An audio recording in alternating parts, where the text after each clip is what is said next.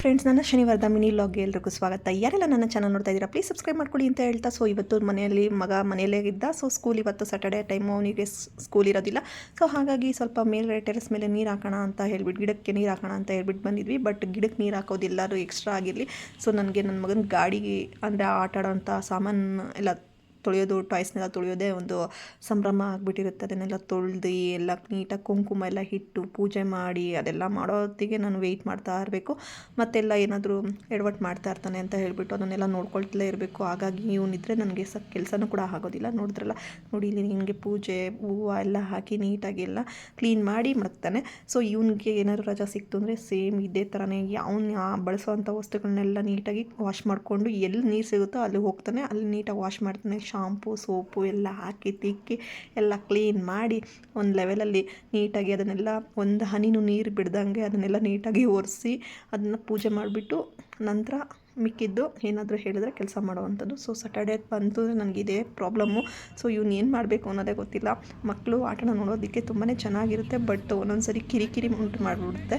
So ನಂತರ ಇವನಿಗೆಲ್ಲ ಆಟ ಆಡಿದೆಲ್ಲ ಆಯಿತು, ಓದ್ಕೊ ಅಂತ ಹೇಳ್ತಾ ಇದ್ದೀನಿ. ಬಟ್ ಓದ್ಕೊಳಕ್ಕೆ ಮಾತ್ರ ರೆಡಿ ಇಲ್ಲ, ಆಟ ಆಡೋಕ್ಕೆ ಮಾತ್ರ ರೆಡಿ ಇದ್ದಾನೆ. ಸೊ ಹಂಗೆ ಕೂಡ ಸ್ವಲ್ಪ ಹೊತ್ತು ಕೂತ್ಕೊಂಡು ನನ್ನ ಕೆಲಸ ಎಲ್ಲ ಬಿಟ್ಟು ಸ್ವಲ್ಪ ಕೆಲವೊಂದೆಲ್ಲ ಬರ್ಸೋದೆಲ್ಲ ಇತ್ತು, ಹಾಗಾಗಿ ಕುಂತ್ಕೊಂಡು ಬರೆಸ್ದೆ. ಬಟ್ ಸ್ವಲ್ಪ ಹೊತ್ತಷ್ಟೇ ಆ ಒಂದು ಬರೆಯೋದು ಆಗಲಿ ಏನಾದರೂ ಮಾಡೋದಾಗಲಿ. ಸೊ ನಂತರ ಇಲ್ಲಿ ಸ್ಯಾರಿ ಕುಚ್ಚನ್ನ ಹಾಕ್ಕೊಂಡು ಕೂತ್ಕೊಂಡಿದ್ದೆ. ಇವತ್ತು ನಾನು ಅಂಗಡಿಗೆ ಹೋಗ್ದೆಲ್ಲ ಇರೋದ್ರಿಂದ ಮನೆಯಲ್ಲೇ ಈಗ ಒಂದು ಕೆಲಸ ಎಲ್ಲ ಮಾಡ್ತಾಯಿದ್ದೆ. ಸ್ವಲ್ಪ ಸ್ಯಾರೀಸ್ನ ಕೊಡೋದಿತ್ತು ತುಂಬ ಅರ್ಜೆಂಟಾಗಿ ನನ್ನ ಕಸ್ಟಮರ್ಗೆ. ಹಾಗಾಗಿ ಸ್ಯಾರೀಸ್ನೆಲ್ಲ ಕುಚ್ಚು ಹಾಕಿರೋದನ್ನೆಲ್ಲ ವೀಡಿಯೋಸ್ ಮಾಡಿಕೊಂಡು ಮತ್ತು ಅದನ್ನೆಲ್ಲ ಎಡಿಟಿಂಗ್ ಮಾಡಿಕೊಂಡು ನಂತರ ಮಗನೂ ನೋಡಿಕೊಂಡು ಇಷ್ಟೆಲ್ಲ ಕೆಲಸ ಮುಗಿಸಿ ಮನೆಯೆಲ್ಲ ಕೆಲಸ ಎಲ್ಲ ಮುಗ್ದಿತ್ತು. ಸೊ ಕೆಲಸದ ಆಂಟಿ ಬರ್ದಲೇ ಇದ್ದಿದ್ದರಿಂದ ನನಗೆ ಸ್ವಲ್ಪ ಕೆಲಸ ಜಾಸ್ತಿನೇ ಆಗಿತ್ತು. ನಂತರ ಕೆಲಸ ಎಲ್ಲ ಮುಗಿಸ್ಕೊಂಡು ನನ್ನ ಫ್ರೆಂಡ್ ಮನೆಗೆ ಬಂದಿದ್ದೆ. ಸೊ ತುಂಬ ದಿವಸಗಳಾದಮೇಲೆ ನನ್ನ ಫ್ರೆಂಡ್ ಮನೆಗೆ ಬಂದಿದ್ದೆ. ಸೊ ಹತ್ರದಲ್ಲೇ ನಿಯರ್ ಬೈ ಇರೋದ್ರಿಂದ ತುಂಬ ದಿವಸ ಆಗಿತ್ತು ಅವ್ರ ಮನೆಗೆ ಬಂದು. ಮತ್ತು ಕೆಲವೊಂದು ಗಿಡಗಳನ್ನೆಲ್ಲ ತೊಗೊಂಡೆ. ಅವಳು ಕೂಡ ಗಿಡ ಅಂದರೆ ತುಂಬ ಇಷ್ಟ ಅವಳಿಗೆ. ಸೊ ನನಗೂ ಗಿಡ ಅಂದರೆ ತುಂಬ ಇಷ್ಟ. ಹಾಗಾಗಿ ಅವ್ರ ಮನೆಗೆ ಬಂದಿದ್ದಾಗ ಒಂದೆರಡು ಗಿಡ ತೊಗೊಂಡೋಗೋಣ ಅಂತ ಹೇಳ್ಬಿಟ್ಟು ತೊಗೊಂಡು ಹೋದೆ. ನಂತರ ನನ್ನ ಮಗಳು ಇಲ್ಲಿ ಪೈನಾಪಲ್ ಪ್ಲ್ಯಾಂಟ್ನ ಹಾರ್ವೆಸ್ಟ್ ಮಾಡಿದ್ಲು.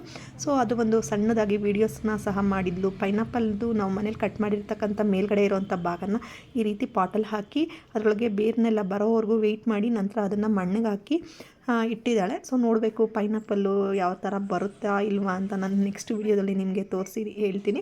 ಸೊ ಜಸ್ಟ್ ಇಲ್ಲಿ ಒಂದು ಅವಳು ಹಾಕಿರ್ತಕ್ಕಂಥ ಕ್ಲಿಪ್ಸ್ ಮಾತ್ರ ನಿಮಗೆ ನಾನು ತೋರಿಸ್ತಾ ಇದ್ದೀನಿ.